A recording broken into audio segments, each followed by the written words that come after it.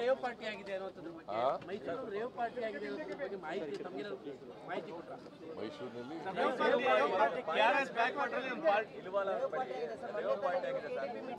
ಪೊಲೀಸ್ನವ್ರು ಕ್ರಮ ತಗೋತಾರೆ. ನನ್ನ ರೇವ್ ಪಾರ್ಟಿ ಮಾಡೋದು ಇನ್ನು ಅದೆಲ್ಲ ಪೊಲೀಸ್ನವ್ರ ಜವಾಬ್ದಾರಿ.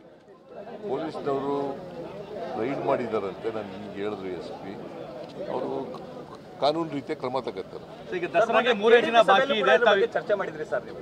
ಸೂಚನೆ ಕೊಟ್ಟಿದ್ರಿ? ಹೌದಪ್ಪ, ಸೂಚನೆ ಕೊಟ್ಟಿದ್ದೀನಿ. ಅದಕ್ಕೆ ರೇವ್ ಪಾರ್ಟಿ ಮಾಡ್ತಾ ಇದ್ರಂತೆ, ರೇವ್ ಪಾರ್ಟಿ.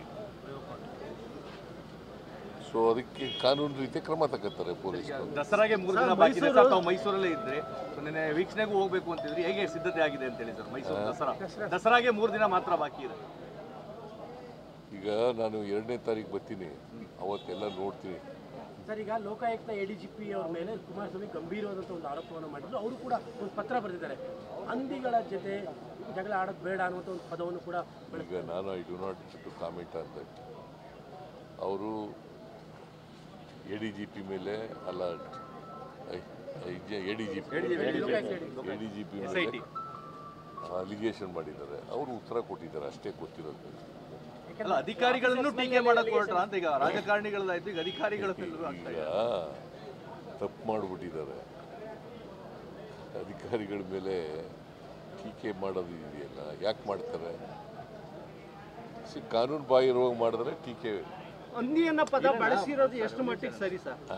ಕುಮಾರಸ್ವಾಮಿ ಅವ್ರನ್ನ ಹಂದಿ ಅಂತ ಬಳಸಿರೋದು ಎಷ್ಟು? ಕುಮಾರಸ್ವಾಮಿ ಹಂದಿ ಅಂತ ಬರ್ದಿದ್ದಾರ? ಅಲ್ಲ, ಆ ಪದವನ್ನ ಬರ್ದಿದ್ದಾರೆ. ಬರ್ನಾಡ್ ಶಾ ಹೇಳಿರೋದನ್ನು ಹೇಳಿದ್ದಾರೆ. ನಾನು I am not going to comment on that. ಹಂದಿ ಕುಮಾರಸ್ವಾಮಿ ಹಂದಿ ಅಂತ ಹೇಳಿದಾರ? ಬರ್ನಾಡ್ ಶಾ ಹೇಳಿ ನಾನು I do not want to comment on that. ಅದರಲ್ಲಿ ಇಂಟರ್ಫಿಯರ್ ಆಗಲ್ಲ ನಾನು.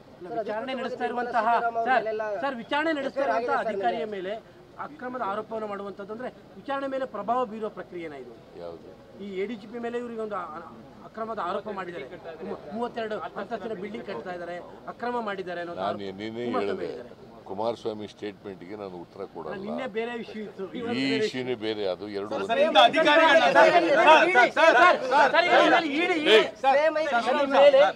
ಕಂಪ್ಲೇಂಟ್